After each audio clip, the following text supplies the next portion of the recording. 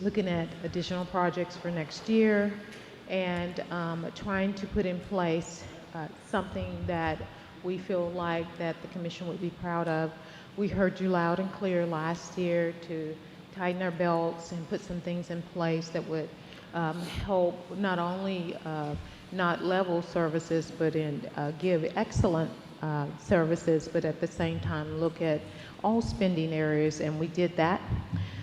Along with doing all of those things to prepare for a budget, we also, Kiki and myself, met with every single commissioner one-on-one. We spent about 2 hours somewhere along with each commissioner going over line by line of the budget for them to ask questions, get a clear understanding of the budget. And those were very, very productive meetings. So I want to thank the commission for taking the time out. I know they're all very busy to do that because of the fact that we really want to make sure that everybody has a clear understanding about it and that you're feeling good about the budget. So I thank every commissioner for taking the time to meet with us and ask questions. And so you may not see them or hear them ask other additional questions just because they've asked a lot of them during our time and made notes of those things. So with that, I am going to turn it over to our Finance Director, Kiki Roman. Good afternoon. Thank you for having me today. As City Manager just told you, we took your comments at the last mid-year very seriously, and this is a very, very tight budget. Along with the fact that we're on the downward of the bell curve for the anomaly of the hurricane. So next year probably we will be flatlined from pre-hurricane numbers. Now we still have some effects for building permits and the like, but we are on our way back to what would be considered standard for the city. And as we did go through these documents in detail individually, I'm going to try and do this quickly for you, but please stop me if you have questions when I go over the information.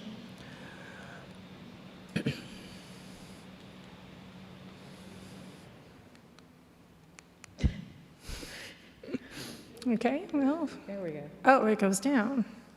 So, there. Okay, thank you. Table of contents does not need explanation. Am I doing this wrong, Samuel?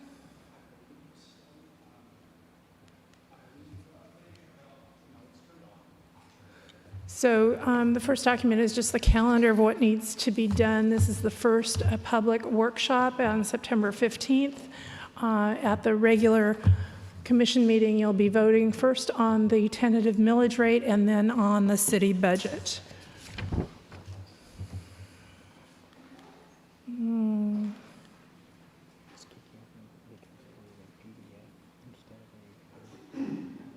Yeah.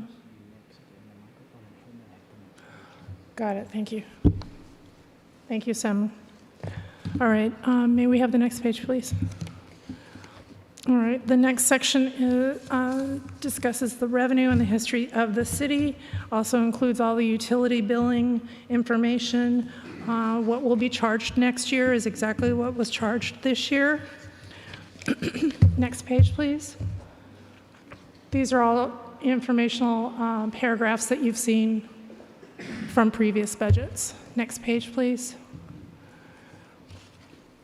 Next page, please.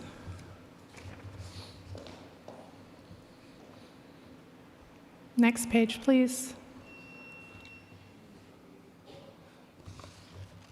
If we could get to the green and white page with the debt service calendar. That's it. Thank you.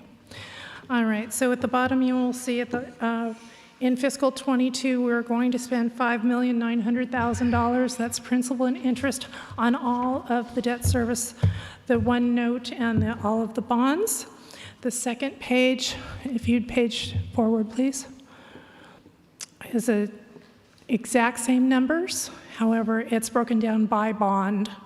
The green and white shows you exactly when the payments are to be made.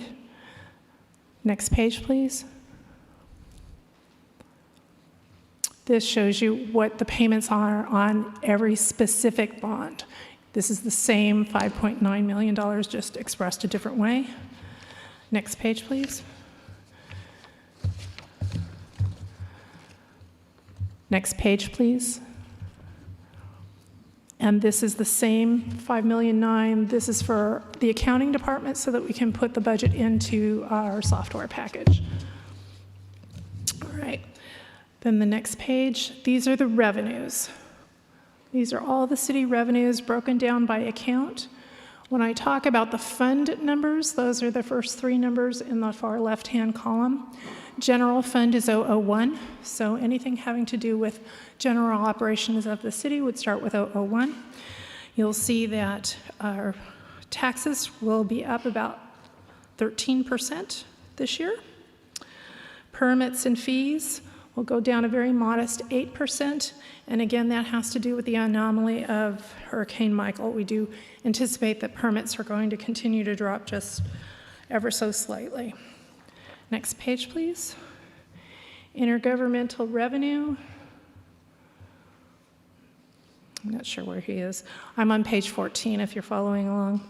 Intergovernmental revenue will be up 9%. And charges for services will be up 2%. Fines and forfeitures, we believe, will go down 7%, but I'm understanding that there might be adjustment coming for that soon. Miscellaneous revenues will be at $140,000. Now on page 15, here we go, up just a little bit, please. There's what's called cash carry forward, and as you all know, the budget must be balanced by Florida statute. Revenues must equal expenditures at all times. This budget tells you that we need to use $155,000 from previous year's fund balance to fund this budget. It's very minor, and in comparison to last year when we used $4.1 million, that was the CDL money from the year before. So I'm very comfortable with this $155,000. This is a very, very good and tight budget.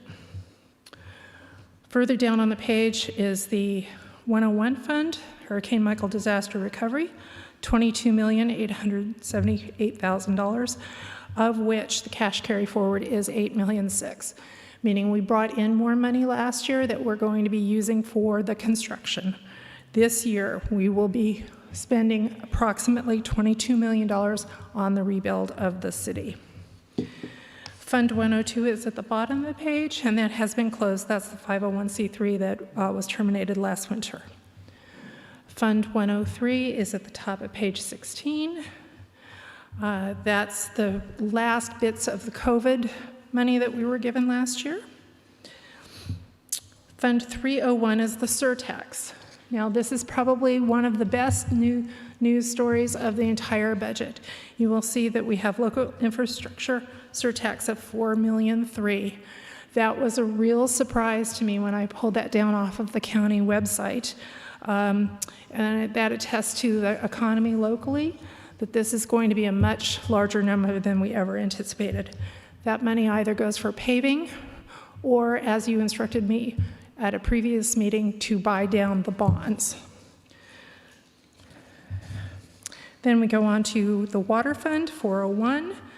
They're going to have approximately $4.9 million of revenue, which is down 14%. Question. Yes, sir.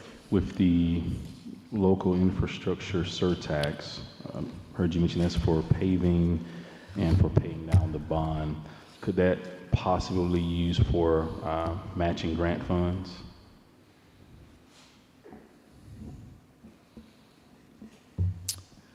I know off the top of my head we can purchase emergency equipment for the fire department and the police department. That's sort of the anomaly in the way that the law is written. It is meant for infrastructure, but they gave us a little wiggle room with the emergency services. I'd have to do the research to find out if we can use that for matching.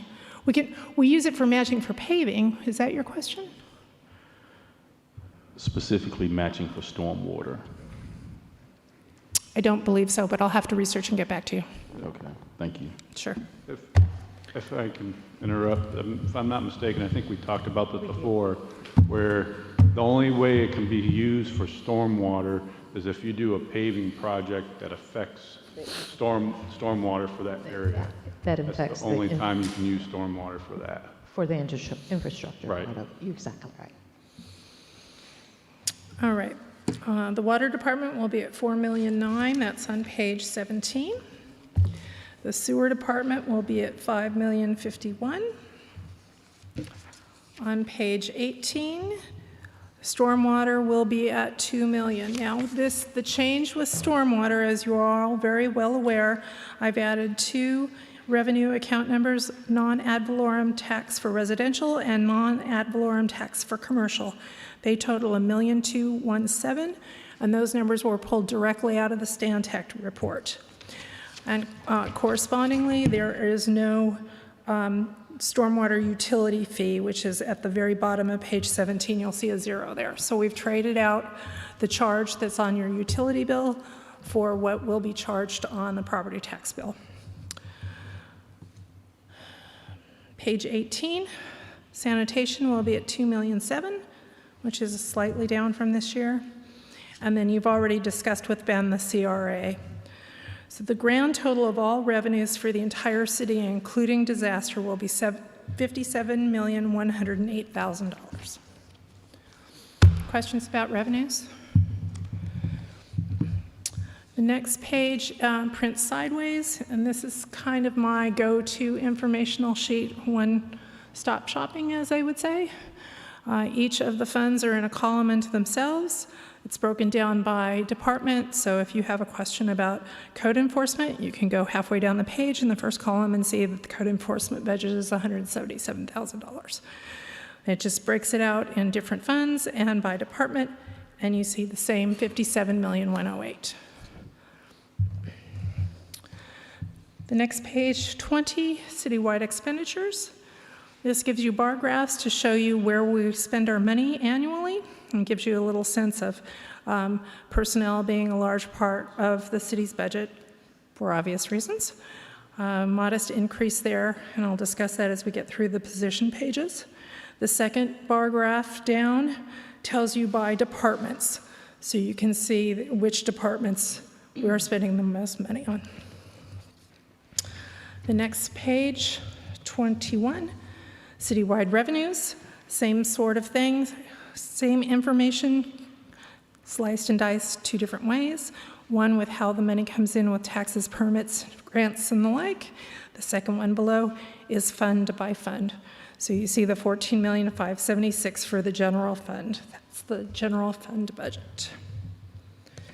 Page 22. This is the personnel cost summary. Again, broken down by department so that you can go through and see what we're spending on each department. The first column are wages. Then as you go further to the right, all the fringe is added in, the pensions, the taxes that we're required to pay and the like. The entire budget for personnel for full-time will be $12,725,000.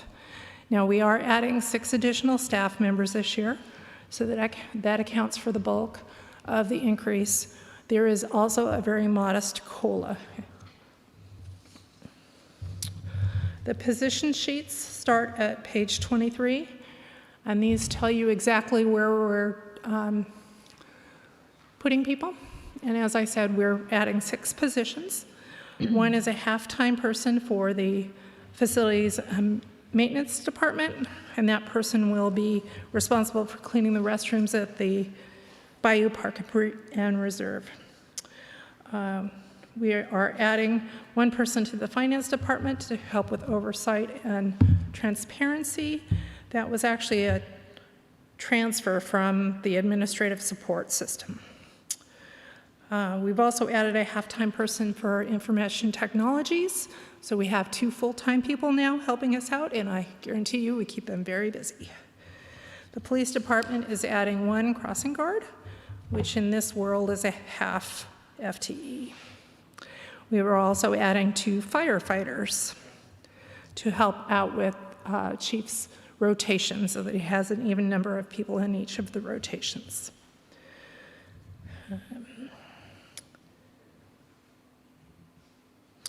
And per your earlier instructions, we're adding a building code administrator. This you voted on several meetings ago, so that is included in these numbers, along with the grants manager that you approved several meetings ago. The budgeting department is just a move down from administrative support. We're trying to get to the smallest slicing and dicing that we can so that we can readily identify where the expenditures are going rather than lumping things together. Pardon me. As we discussed at the CRA meeting, there's an adjustment to the Economic Development Department.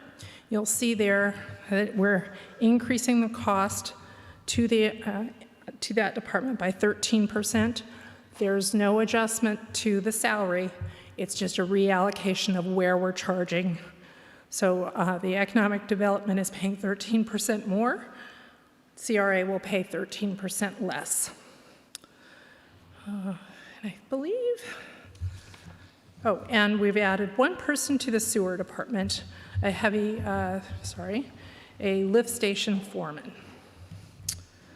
So at the bottom of page 26, you'll see at the fiscal year, we'll have 194 full-time employees, along with 9 half-time employees, 5 of you and 4 crossing guards. The next pages are the capital expenditures for the year. There is one small correction. On page 28, there's another $70,000 that was not recorded on your page 28, and it will be corrected in the next draft. Now on page 29, this is a wonderful, wonderful news. This is our unassigned fund balance. Unassigned fund balance is the money that you have the most flexibility with. So pre-storm, the city was at $4.4 million. At the end of 2020, we were at $11,100,000, a huge increase, and certainly helps us with our liquidity. I'm very happy. This is wonderful news for us. I can't put in the amended 2021 yet. We wait for the audit to come in, but I think it may go up another $2 million. So congratulations, you've done a wonderful job of recovering from the hurricane. Page 30, those are the revenue sources, how all of the money is sliced and diced between different funding sources. Page 31, those are the expenditures by function. So again, sort of a statement of the chart that I said was sideways. Then we get into each individual department.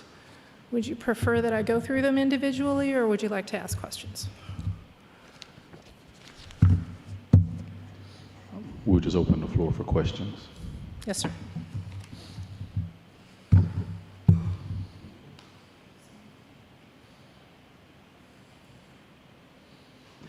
Any questions from the commission?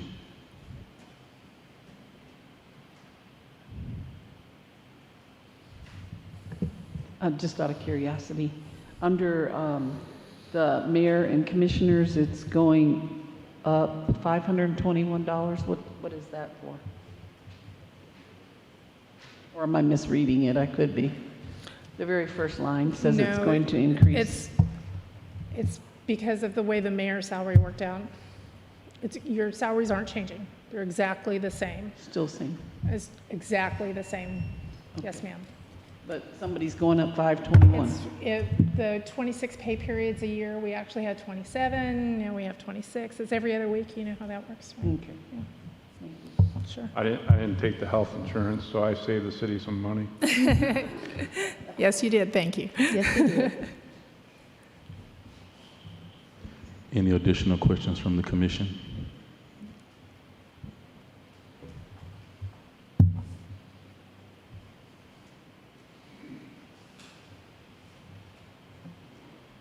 Thank you.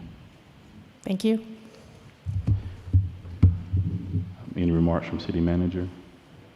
No, I think we've done like I said before, a very good job of cutting where needed to be cut, watching our project base. And I'll talk about this a little bit more in our meeting of trying to find grants that would sustain and move the city forward after Hurricane Michael. And it is great news that we are on our road to recovery. We haven't gotten there yet, but we surely are there just by the unassigned balance. And I think that just shows our resiliency for the city of Lynn Haven. And I know that citizens have had a struggle in these past almost 3 years, as all of us have, because we're all in this together. But I think that it surely shows that we're leveling off from 2018 and trying to get to a point where we are moving forward, not only in our services, our finances, and with staff as well.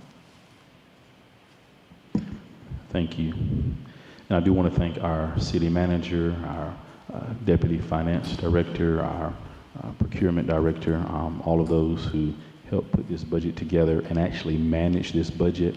Thank you to the staff for being scrupulous with your spending. I think probably the biggest complaint that I get from staff is that the city manager does not let them spend the money they want to spend.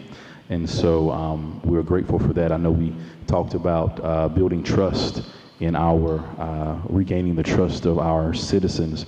And so I hope the report that we receive from our debt review committee, as well as what we're seeing with our budget and the way that we have tightened our belt and we're being very mindful of our spending, will certainly help rebuild and restore that trust as it relates to us being fiscally conservative with their tax dollars.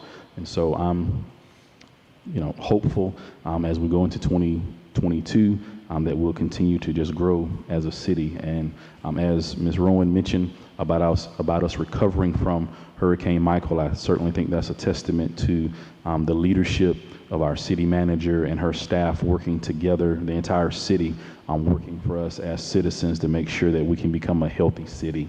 And so I think that's very, very important and just something that we need to note and be thankful for.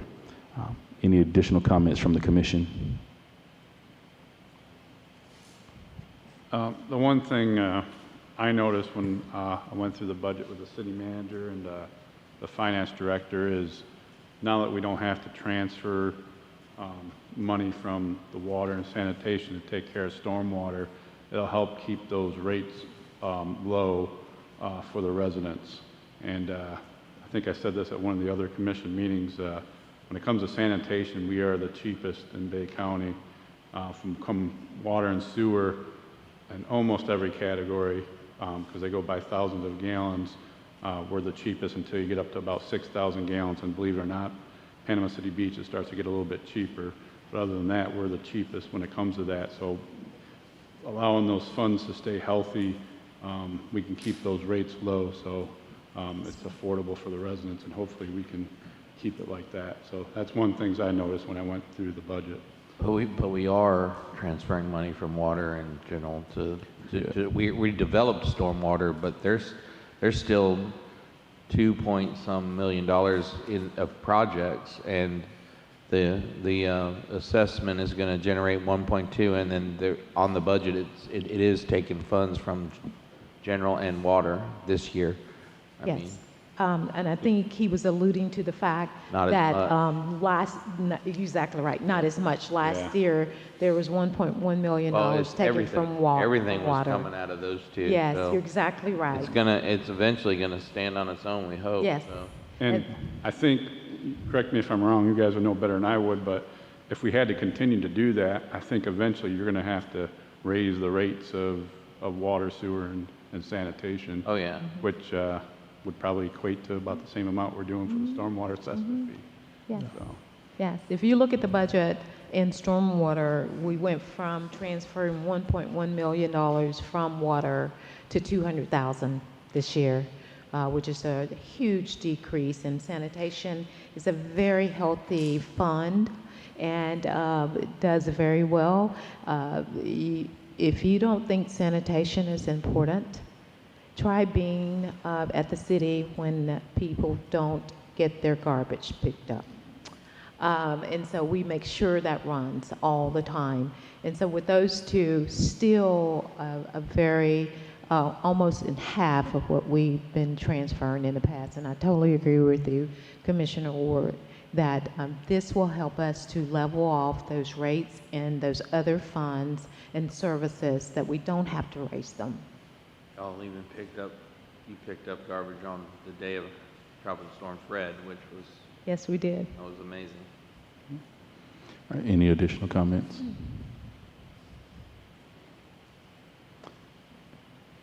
And for those in the public, thank you for coming today. If you have any questions, please follow with the commission, and we can try to do what we can to get those answers for you. There'll be another public workshop, our next meeting at 5 p.m. This meeting is adjourned.